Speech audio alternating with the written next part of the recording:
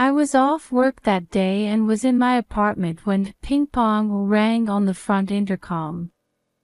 I checked the intercom, thinking I wasn't expecting a visitor, so who could it be? Then there was a girl of elementary school age standing there. A child I don't recognize. I had no idea who this elementary school student was, as she was not a relative of mine and none of my neighbors had elementary school children. I asked over the intercom, "Who are you? Is this Mr. Sebastian's house?" She asked for my last name. I answered fearfully, though suspiciously. "Yes, but I am Sebastian's daughter." I couldn't believe what I've just heard. Out of the mouth of the unknown girl came the name of my husband, whom I had not seen for 11 years. "My name is Victoria. I am a 27-year-old office worker. My husband's name is Sebastian. Sebastian is 28 years old, 1 year older than me. My husband and I had an office romance.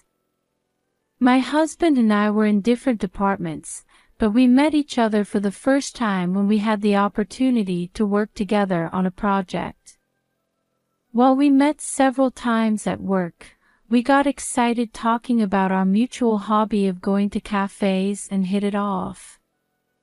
There were not many people in the office who were close in age, so we had a lot in common, and we quickly became friends. Even after the project we worked on together was over, we kept in touch and went out to dinner together several times. And then, Sebastian confessed his feelings and we started dating. I remember well how Sebastian, who is usually shy, looked me in the eye and told me how he felt. After about a year of dating, we got married. Another year later, she became pregnant with a daughter. My husband loved children and was very happy when I told him I was pregnant. He was so enthusiastic that he bought toys and clothes for our child even before they were born. He was so excited that his parents and co-workers told him that you should prepare for things like that from after birth. I was also anxious about my health and the money I would have to spend in the future, but I enjoyed just looking at the baby items my husband bought. However, around the 3rd month of pregnancy, my husband's behavior somehow changed. "Hey, where's the bank book for the account we've been saving to spend on our child?" "It's in the closet, though." "What's wrong with it?" "No, it's nothing." My husband started frequently checking the balance in the bank account we were saving for our child. Every time I asked him why, he brushed me off, and I was somewhat stuck. At that time, my husband was busy with a new project at work and was working overtime and on holidays. The pregnancy progressed smoothly, but I was still worried about being home alone. I suggested to my husband that I return home to give birth. "Hey, haven't you been leaving home a lot lately for work?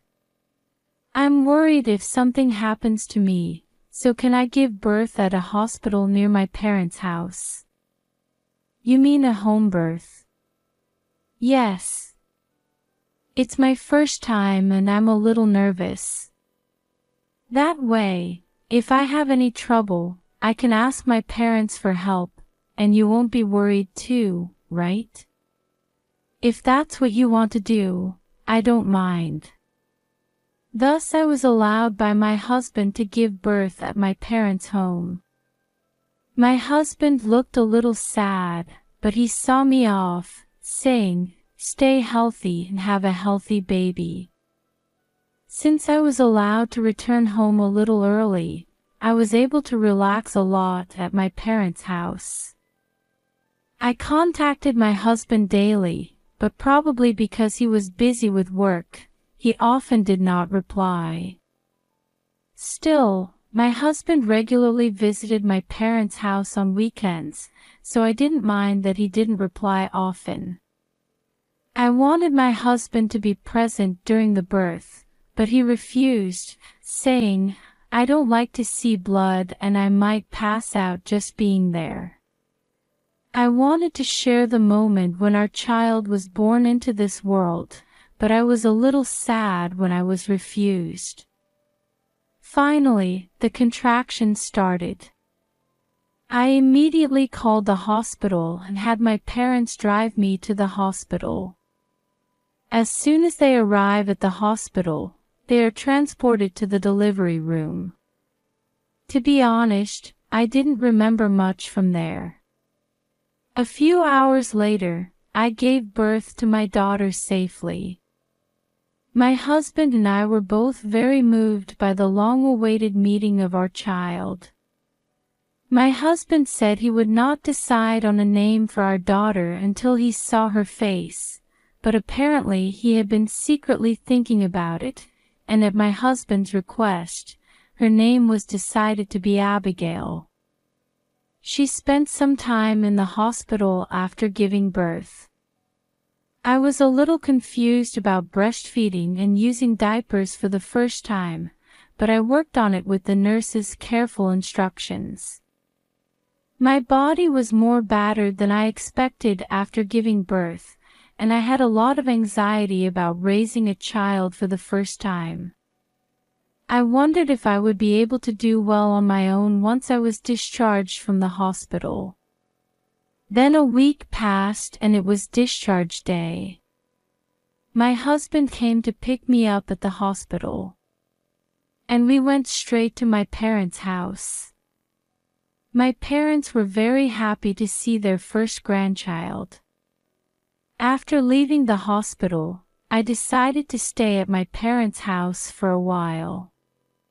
I had a lot of worries, so I decided to raise my child at home with my parents' help. My husband also pioneered the idea, so my daughter and I stayed with my parents and my husband went back to our apartment. After my husband returned home, I struggled every day with the unfamiliar task of taking care of a child, no matter how much help I had from my parents at home.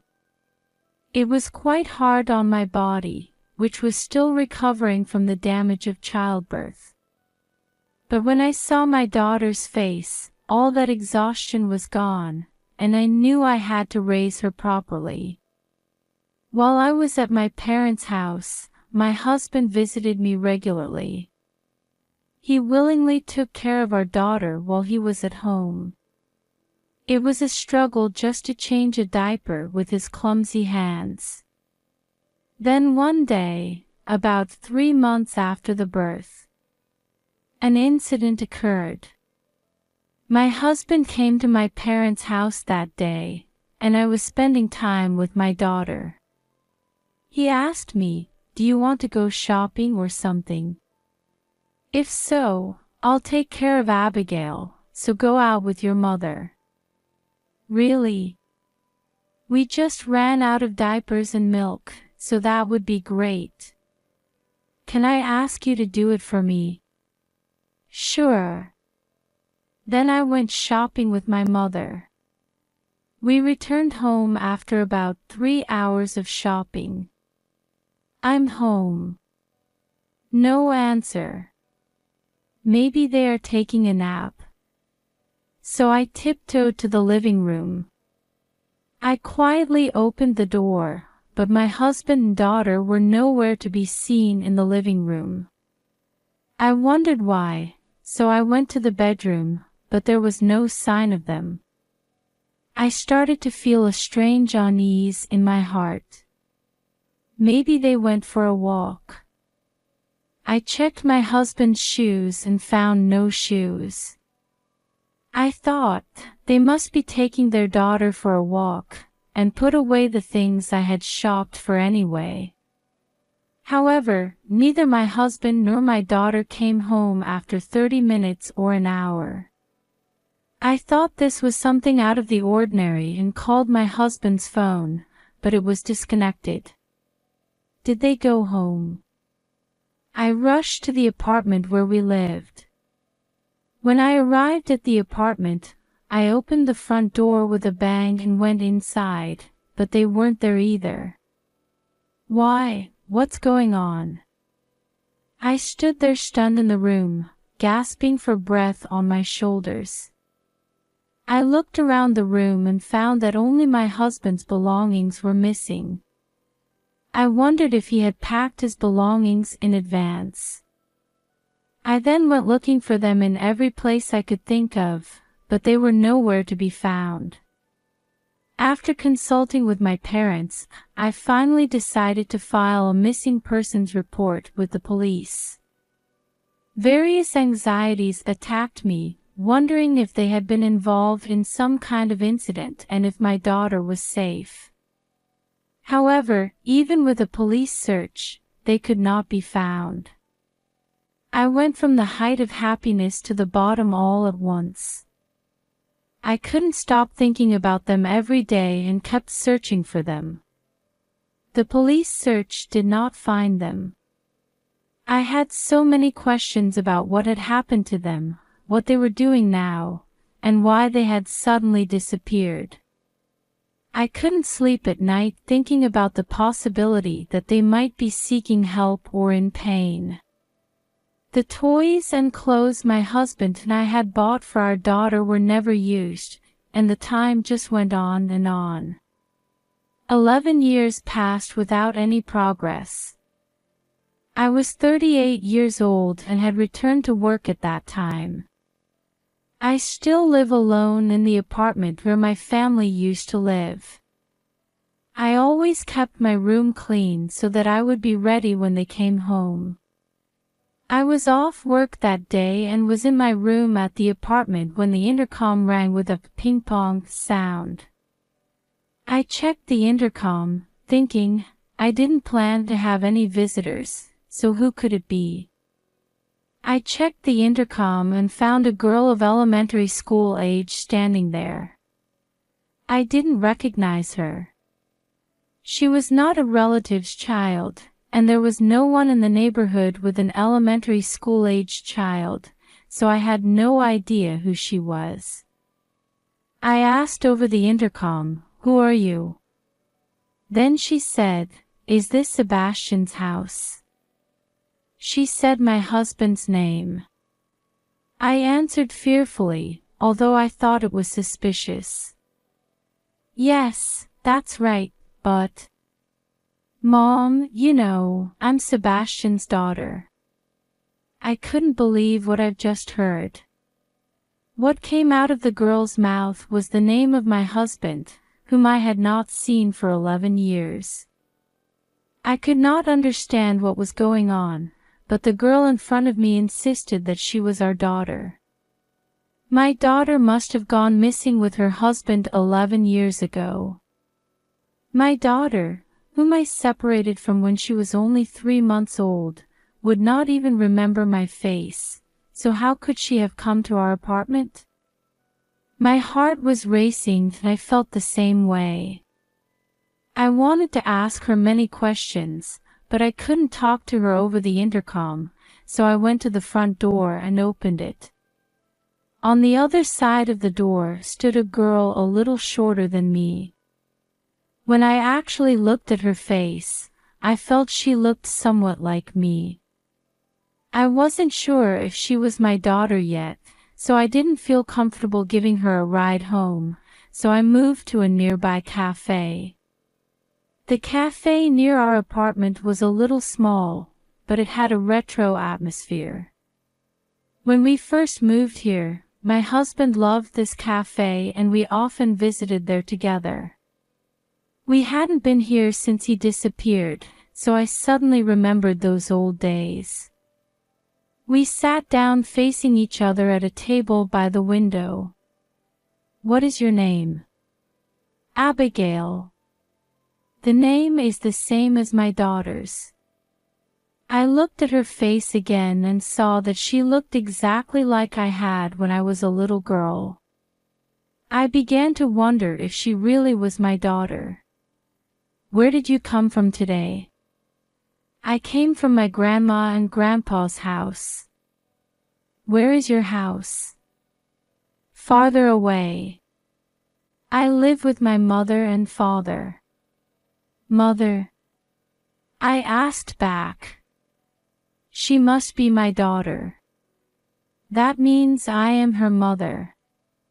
And yet this girl says she lives with her mother. Is there a nurturing mother?" My head began to spin again. I asked her, "You have a father and another woman at home, don't you? Is that person your mother?" Then the girl slowly opened her mouth and explained. "I had a mother at home who did terrible things to me. She hit me on the head and kicked me.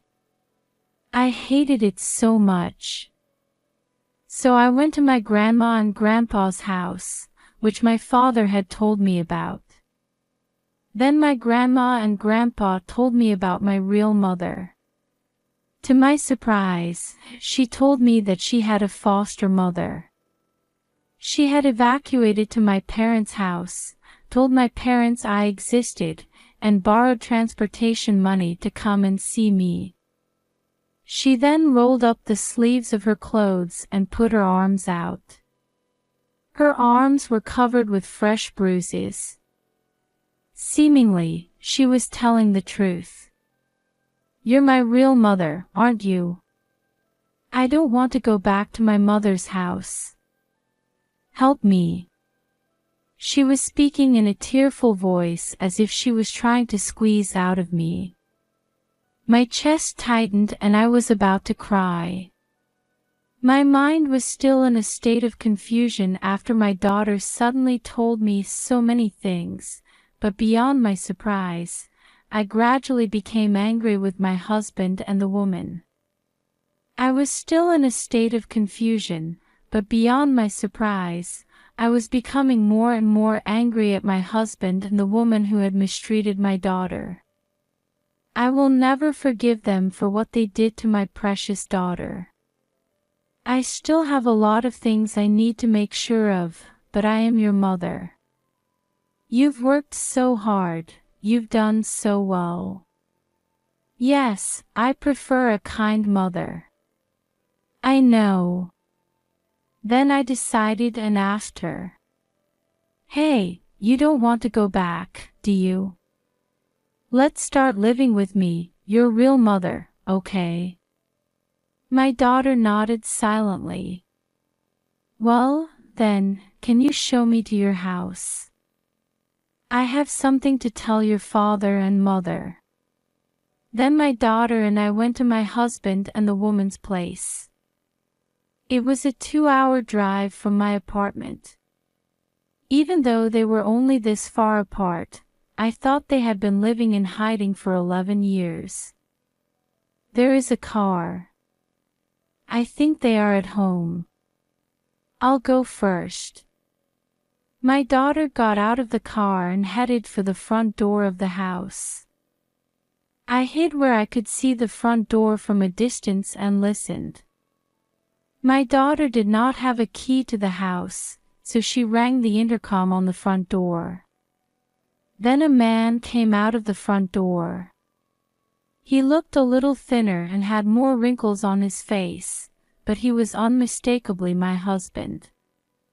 Seeing my husband for the first time in 11 years gave me chills. He was talking to my daughter. Then a woman came out from behind him. She looked like my daughter's foster mother. But when I saw her face, I was so surprised that I almost fell off my back. Could it be Tara? It turns out that her daughter's mother was my former best friend Tara. We hadn't been in touch in over 10 years, and I felt a little blown away, but I was undeniably convinced that she was Tara. Tara was a classmate of mine and we used to hang out a lot until more than 10 years ago. We had seen each other several times after we got married, so my husband must have known about her as well. However, when I became pregnant, Tara's work became very busy and she stopped contacting me most of the time, and we never saw each other again. The more I thought about it, the more confused I became. My husband had disappeared, and the woman he was living with was someone I knew. Why does he live with Tara? I couldn't figure out why Tara was abusing my daughter. I stood there, stunned, watching the situation. Then Tara said something to my daughter. She smacked on my daughter's head. At that moment I came back to myself. I took a deep breath and headed for the front door. My heart was beating. Wait. What are you doing to my daughter? Victoria. Why are you here? Well, it's been a long time. How did you find this place? Abigail told me. By the way, why are you here? Why? I'm the one who raised her. I am her mother. How can you say such a thing so openly? I gave birth to her with an aching belly. No matter what, she is my child. I yelled out in anger. My husband let us go inside the house so that we didn't want to bother the neighbors anymore. We sat down in the living room and started talking again. Sebastian, you're going to explain everything, aren't you? I'm sorry for what I did to you. It's not a matter of apologizing. My husband was a little deflated after I yelled at him, but he slowly began to talk. He had an affair with Tara after I got pregnant. Tara had contacted my husband and they had met together. My husband said he was lonely because he couldn't have me around when I was anxious about my first pregnancy. And it seems that they met several times when I was not around and had relations. He told me that the reason he was working overtime and on weekends was so that he could see Tara. I understand now that you were having an affair. But how could you leave with our newborn daughter? Can't you at least contact me? Well, Tara had erased my contact information and forbidden me to see you or visit your parents' house. Then Tara opened her mouth. This is my revenge against you. What do you mean? I've been with you for a long time, but the truth is that I hated you. My friends always loved you. You had a boyfriend before me, you got married, and then you have a baby. Every time I see your happy face, I got tired of it. That's why I decided to take everything away from you. Tara began to speak with a mocking expression on her face. Your husband was mine right away. I told him to bring the child and he did. I thought we were going to live together as the three of us, but the child started to look more and more like you, you know. I couldn't help but hate her. But that doesn't mean it's okay to put your hands on a child. I will never forgive you for ruining my happiness. I looked at my daughter and said, Abigail, I know you've been through a lot, and I want you to stay with me from now on if you would like. Then she nodded slowly. Sebastian. I'm divorcing you. Of course, I will charge you alimony. It's no use running away from me. I will chase you to the ends of the earth. I stood up vigorously, took my daughter's hand, and ran out of the house. I had no idea that the people I had once trusted with my heart were such crazy people. I felt somewhat frustrated, but I also felt as if the blurring I had felt for the past 11 years had cleared up a little. I took my daughter home and told my parents what had happened. My parents were surprised, but I was relieved to hear that they were on my side. I enjoyed spending time with my grandchildren, whom I had not seen in 11 years. Later, through my lawyer, the divorce was officially finalized. Of course, I also claimed alimony and gained custody of my daughter. Tara seems to have a personality that easily becomes jealous of others, and she often causes trouble at her workplace as well. If the boss complimented a colleague, she acted mean to the colleague, and she caused trouble around her. As a result, she was annoyed by her boss and coworkers. Because of the trouble at the company, she eventually resigned from the company. My ex-husband and Tara continued to date, but their relationship deteriorated after Tara quit her job, and they eventually broke up. My ex-husband came to my apartment and said something ridiculous like, "Tara and I broke up, so let's start over." I said, "I don't want to see your face anymore. Of course, you will never see my daughter again. The next time you show your face in front of us, I'll call the police," and he just left. I felt sorry for my daughter who had such a miserable father. My daughter moved into my place during the summer vacation. I used to live here with my ex-husband together, so it was more than spacious for Abigail and I. I got rid of everything from my husband's room and used it as my daughter's room. My daughter seemed happy to have her own room, which she had longed for. The cafe that used to be my favorite place is now our favorite place. This cafe is a place where I can remember the memories of time with you, Mom. I cried a little when she said something like that. She had grown up so much in 11 years. She says, "It seems like it's hard for you to do everything by yourself," and she willingly helps me with the housework and even cooks simple meals. She also said, "We had been apart for so long. I want to spend as much time as possible with you like this. I have been suffering for 11 years, and I have had a hard time. My daughter must have had a hard time too. In order to overwrite the painful memories, we are going to fill in the blank time of 11 years. I want to spend happy times together from now on."